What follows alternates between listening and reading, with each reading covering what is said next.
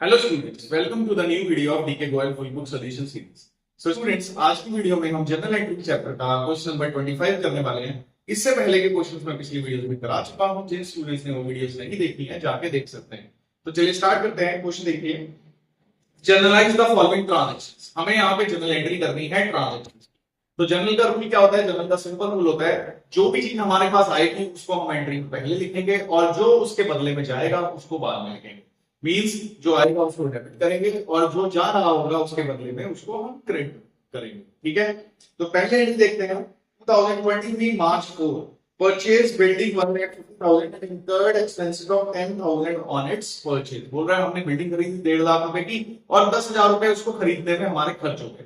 तो देखो, जब हम कोई भी एसेट्स खरीदते हैं तो एसेट्स के अंदर के साथ कोई भी खर्चा हो, चाहे वो कैरेज का खर्चा हो, चाहे वो रजिस्ट्री का खर्चा हो। अब बिल्डिंग है तो रजिस्ट्री हो सकती है, ठीक है, या फिर कोई एडिशनल हमने और कोई खर्चा किया हो, वो सारा का सारा एसेट्स की वैल्यू में ऐड हो जाता है। मींस यहाँ पे बिल्डिंग जो है 150 की नहीं 160 की हो जाएगी। ठीक है, तो हम एंट्री क्या करेंगे? हमारे पास क्या है? बिल्डिंग आ रही है और इसके बदले में हम पैसा दे रहे हैं। तो क्या कब एंट्री कब हो रही है? 2023 मार्च, ये हम हमारे पास क्या है? बिल्डिंग। तो जो भी आता है उसको हम पहले लिखते हैं। तो हम लिखेंगे बिल्डिंग अकाउंट डेबिट टू, इसके बदले में गया क्या है? पैसा। तो हम क्या लिखेंगे? To cash. अमाउंट कितनी आई है? अमाउंट हमने कैलकुलेट करी थी 150 प्लस 10 कितनी आ गई? 1,60,000। ठीक है, पहले एंट्री यहां पे हो गई। नेक्स्ट एंट्री देखते हैं 10 को। Satish owed us 20,000 is declared insolvent and 60 पैसा पर रुपी is receive from his estate. बोल रहे हैं कि सतीश जो है उससे हमने पैसे लेने थे। कितने पैसे लेने थे? 20,000। अब वो इंसॉल्वेंट हो गया। इंसॉल्वेंट का मतलब अब वो पैसे नहीं दे पाएगा। अब उससे हमें 60 पैसा इन रुपी मिले। तो देखो, 60 पैसा मीन्स 1 रुपए में 100 पैसे होते हैं। ठीक है, तो हम ये मान सकते हैं 60 पैसा is equal to 60%। It means क्या हुआ कि 60% पैसा मिल गया और बाकी पैसा हमको सतीश से नहीं मिलेगा। तो जो पैसा मिल गया, कैसे पैसा मिला है? यहाँ पे लिखा है कैश। तो हमारे पास क्या आया? पैसा। और बाकी पैसा नहीं मिला, वो क्या होता है? जो पैसा नहीं मिलता उसे बोलते हैं बैड डेट। मींस हमारे पास क्या है? हमारे पास दो चीजें आई। किस डेट को? 10 डेट को हमारे पास आया एक तो कैश, तो हम लिखेंगे कैश अकाउंट डेबिट, और दूसरा आया बैड डेट। बैड डेट का मतलब जो पैसा हमारा मर गया। और ये सब कुछ किस वजह से हुआ है? सतीश की वजह से। तो दूसरी तरफ आएगा सतीश। अब सतीश से हमने 20,000 रुपए लेने थे, तो 20,000 कमा लिखेंगे। उसके से 60% मिला है, तो 6 कितना होता है? 12, मतलब 12,000 मिल गया। तो नहीं कितना मिला? वो हुआ 8,000 रुपए। तो वो हमारा हो गया ब्रैकेट में। ठीक है, नेक्स्ट एंट्री देखो 15 को। Paid 500 for repairing office furniture. अब हमने क्या कराया? रिपेयर करवाई। तो जब हम रिपेयर कराएंगे तो क्या होगा? सिंपल, पैसा जाएगा और रिपेयर हो जाएगी हमारे सामान की। तो हमारे पास क्या आया? हमारे पास आई रिपेयर। मींस 15 को हमारे पास आई रिपेयर, तो हम लिखेंगे रिपेयर अकाउंट डेबिट। और रिपेयर के बदले में क्या गया है? रिपेयर के बदले में क्या है? पैसा। तो हम लिखेंगे टू कैश अकाउंट। अमाउंट कितनी है? अमाउंट है 500, तो लिखेंगे 505। ठीक है, नेक्स्ट एंट्री देखो 18 को। Proprietor withdrew for his personal use cash 5,000 and goods worth 2,000। Proprietor कौन होता है? प्रोप्राइटर होता है मालिक। उसने क्या किया? अपने पर्सनल यूज के लिए 5,000 का तो कैश निकाल लिया और 2,000 रुपए का सामान निकाल लिया।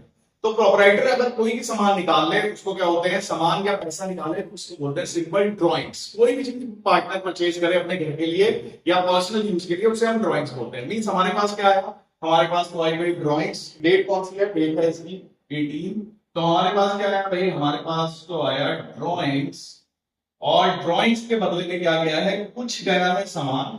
तो जो सामान गया है उसको लिखेंगे परचेज, और कुछ गया है पैसा, तो उसको लिखेंगे कैश। ठीक है, सामान कितना गया है? सामान गया है 2,000 का, तो परचेज में लिखेंगे 2,000 रुपए, और पैसे में लिखेंगे 5,000। तो टोटल कितना हो गया? 7,000। ठीक है, ये भी एंट्री यहां पे होगी। अब देखते हैं next 20। Purchase the following item for business, iron set, filing cabinet, computer, postage, stationery. तो हमने ये सामान खरीदा है, इसलिए ये सारा का सारा सामान ऑफिस के अंदर रहता है। ठीक है। तो जो फिक्स एसेट है इसमें कुछ फिक्स एसेट है और कुछ ऐसी चीजें हैं जो हमारे फिक्स एसेट्स नहीं है, तो उनको हम अलग लिखेंगे और बाकी फिक्स एसेट्स को अलग लिखेंगे। मतलब ऐसे ऐसे तो लंबे टाइम तक चलेंगे। तो लंबे टाइम तक क्या क्या चलेगा, यहाँ पे आयरन सेफ चलेगी, फाइलो टैबलेट चलेगी, कंप्यूटर चलेगा। ये तीनों क्या है, ये तीनों लंबे टाइम तक चलने वाले हैं, तो ये फिक्स एसेट्स हो गए। तो ऐसे एसेट्स जो लंबे टाइम तक चलते हैं उनको फिक्स एसेट्स बोलते हैं। और ये सारे ऑफिस के एसेट्स हैं, तो हम इनको क्या लिख सकते हैं, ऑफिस इक्विपमेंट। क्या लिखेंगे, ऑफिस इक्विपमेंट। तो 28 को हम क्या लिखेंगे, entry office equipment account debit. ठीक, और इसके बदले में क्या गया है, इसके बदले में गया है पैसा। ये सारी चीजें आ गई और इसके बदले में गया है पैसा। अब देखो ऑफिस इक्विपमेंट कितने का हो गया। पहले हमारे पास था आयरन से 15,000 की, फाइलिंग कैबिनेट 5,000 की, टोटल हो गया 20, और कंप्यूटर 12,000 का। 20 + 12 कितना हो गया, 32,000। तो 32,000 रुपीज हम क्या लिख देंगे, ऑफिस इक्विपमेंट में एंट्री कर देंगे।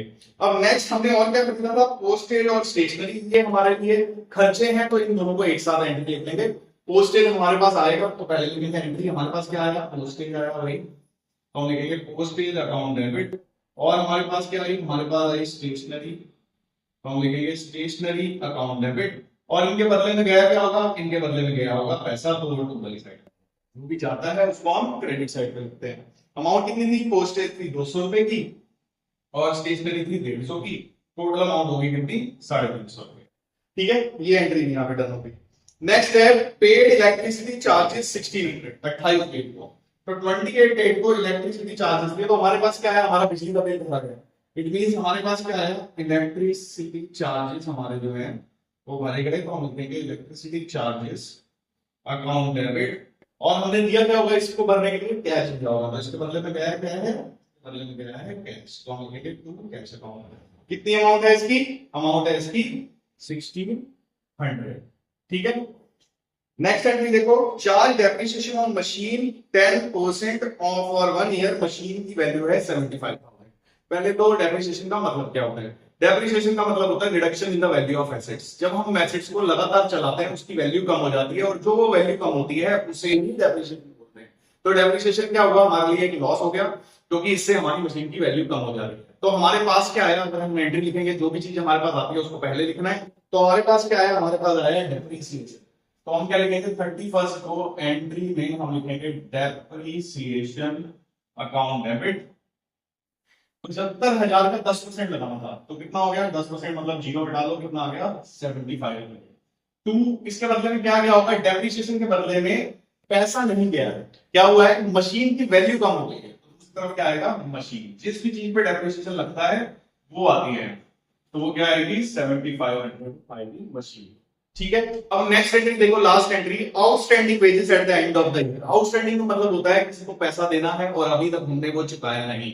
ठीक है। अब उसकी एंट्री क्या होगी, उसकी एंट्री होगी भाई वेजेस नहीं चुकाए हैं, तो हमारे पास क्या आएगा, वेजेस जो है वो चुका देंगे।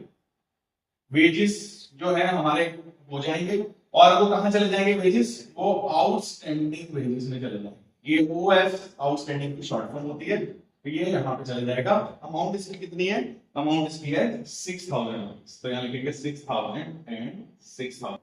ठीक है। आई होप आपको ये क्वेश्चन अच्छे से समझ आया होगा। मिलते हैं नेक्स्ट वीडियो में इस चैप्टर के नेक्स्ट क्वेश्चन के साथ।